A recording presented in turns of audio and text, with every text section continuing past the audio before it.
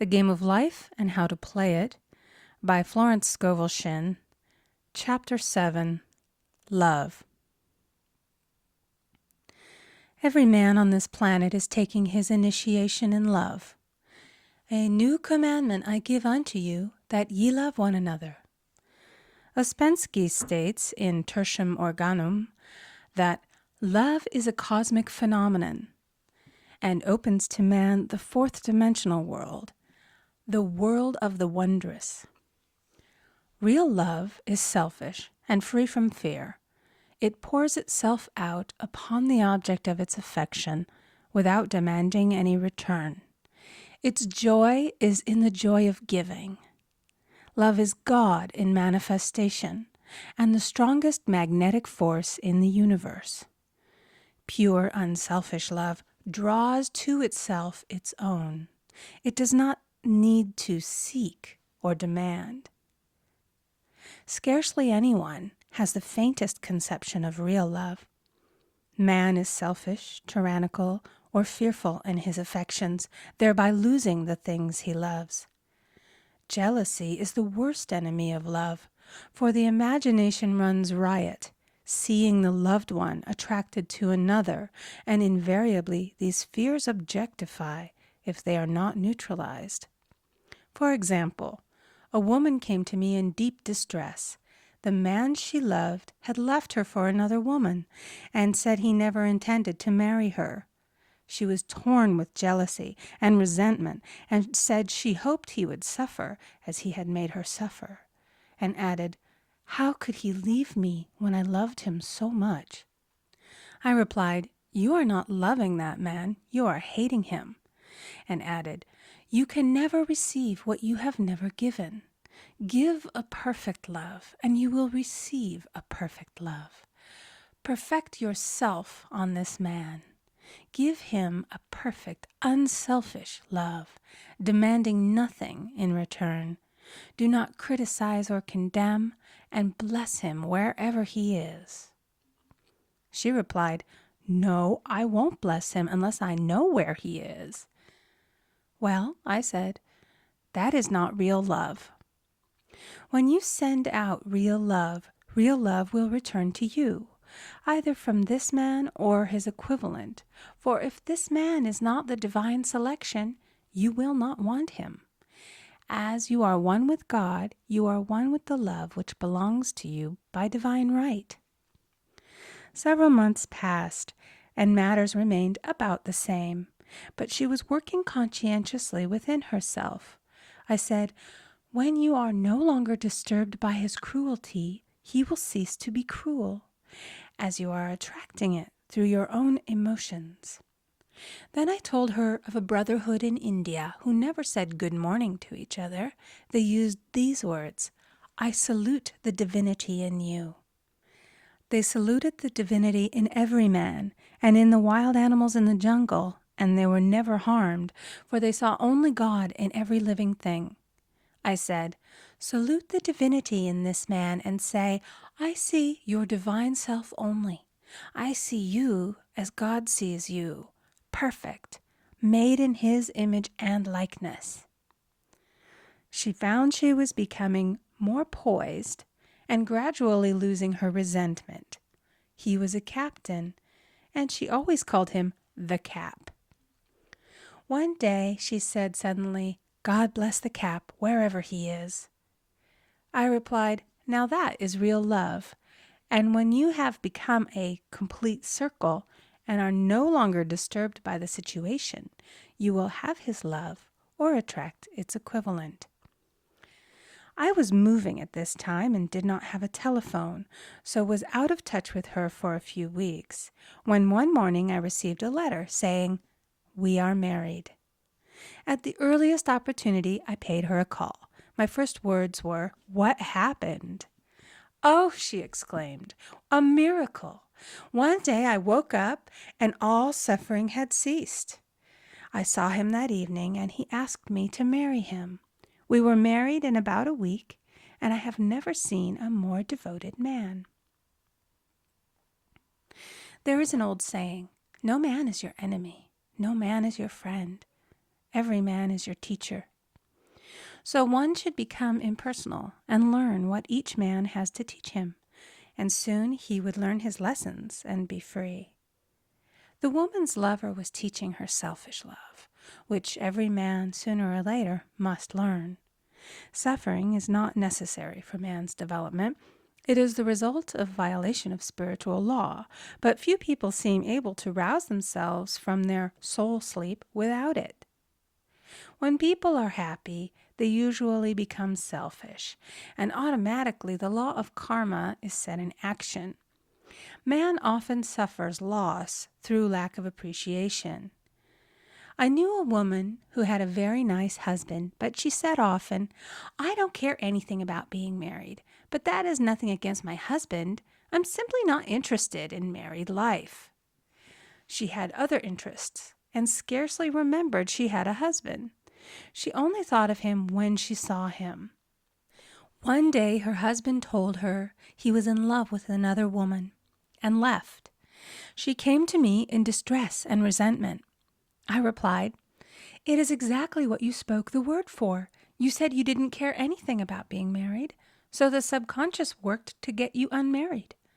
She said, "Oh yes, I see. People get what they want and then feel very much hurt." She soon became in perfect harmony with the situation and knew they were both much happier apart. When a woman becomes indifferent or critical and ceases to be an inspiration to her husband, he misses the stimulus of their early relationship and is restless and unhappy. A man came to me dejected, miserable, and poor. His wife was interested in the science of numbers and had had him read.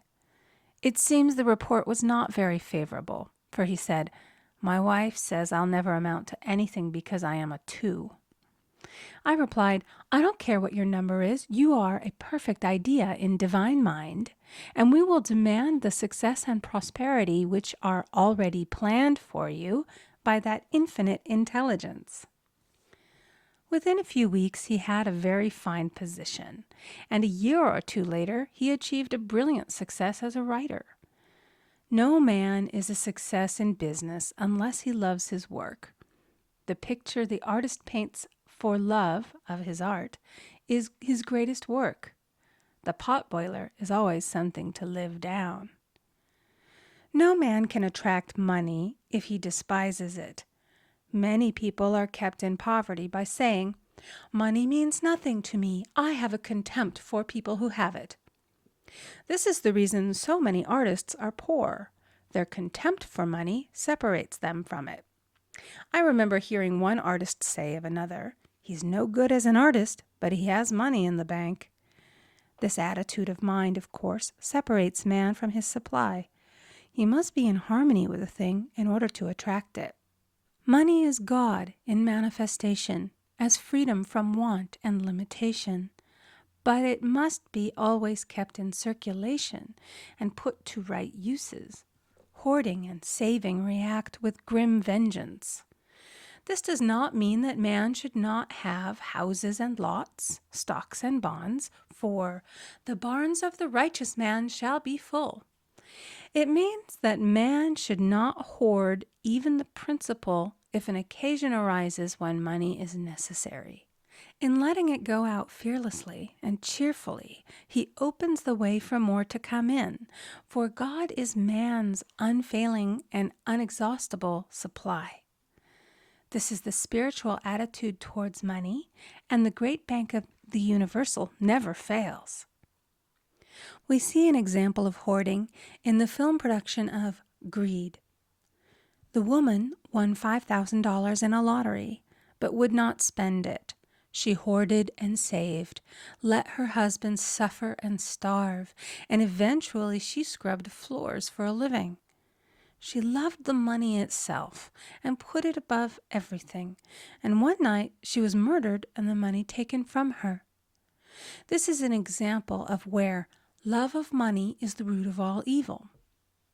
Money in itself is good and beneficial, but used for destructive purposes, hoarded and saved, or considered more important than love, brings disease and disaster and the loss of the money itself.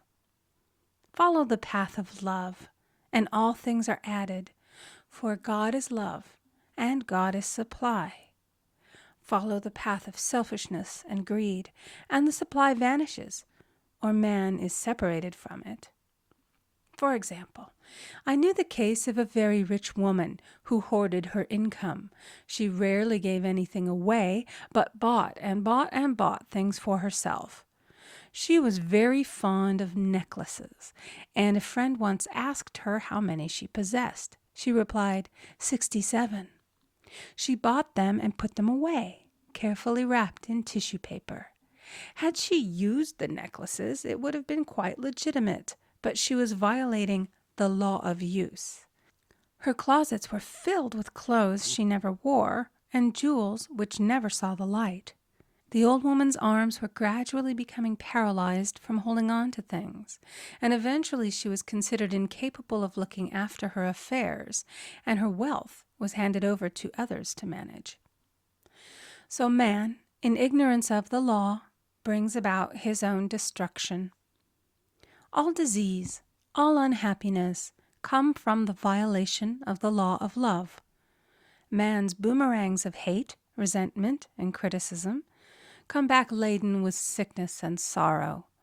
Love seems almost a lost art, but the man with the knowledge of spiritual law knows it must be regained, for without it he has become as sounding brass and tinkling cymbals.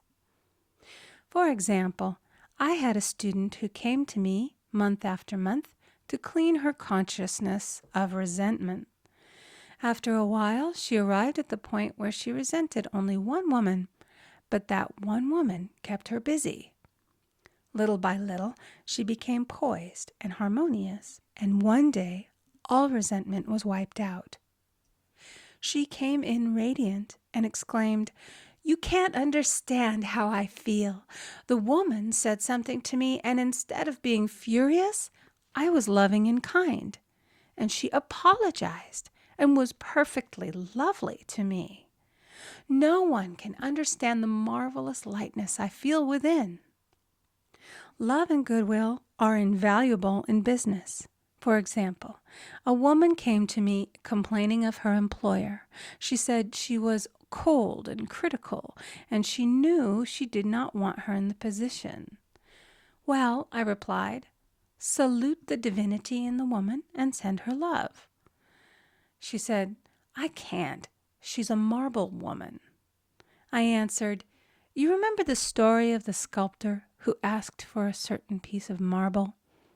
He was asked why he wanted it, and he replied, 'Because there is an angel in the marble.'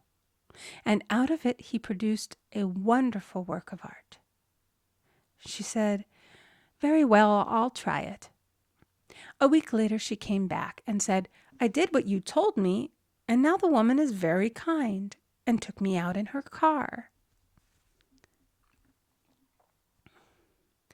People are sometimes filled with remorse for having done someone an unkindness, perhaps years ago. If the wrong cannot be righted, its effect can be neutralized by doing someone a kindness in the present. This one thing I do, forgetting those things which are behind, and reaching forth unto those things which are before. Sorrow, regret, and remorse tear down the cells of the body and poison the atmosphere of the individual. A woman said to me in deep sorrow, "Treat me to be happy and joyous, for my sorrow makes me so irritable with the members of my family that I keep making more karma." I was asked to treat a woman who was mourning for her daughter. I denied all belief in loss and separation and affirmed that God was the woman's joy, love, and peace. The woman gained her poise at once, but sent word by her son not to treat any longer because she was so happy it wasn't respectable. So mortal mind loves to hang on to its griefs and regrets. I knew a woman who went about bragging of her troubles, so of course she always had something to brag about. The old idea was, if a woman did not worry about her children, she was not a good mother. Now we know that mother fear is responsible for many of the diseases and accidents which come into the lives of children. For fear pictures vividly the disease or situation feared, and these pictures objectify if not neutralized. Happy is the mother who can say sincerely that she puts her child in God's hands and therefore knows that he is divinely protected. For example, a woman awoke suddenly in the night, feeling her brother was in great danger.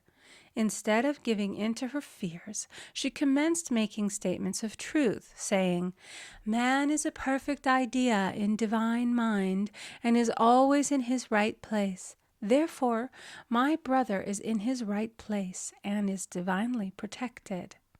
The next day, she found that her brother had been in close proximity to an explosion in a mine, but had miraculously escaped.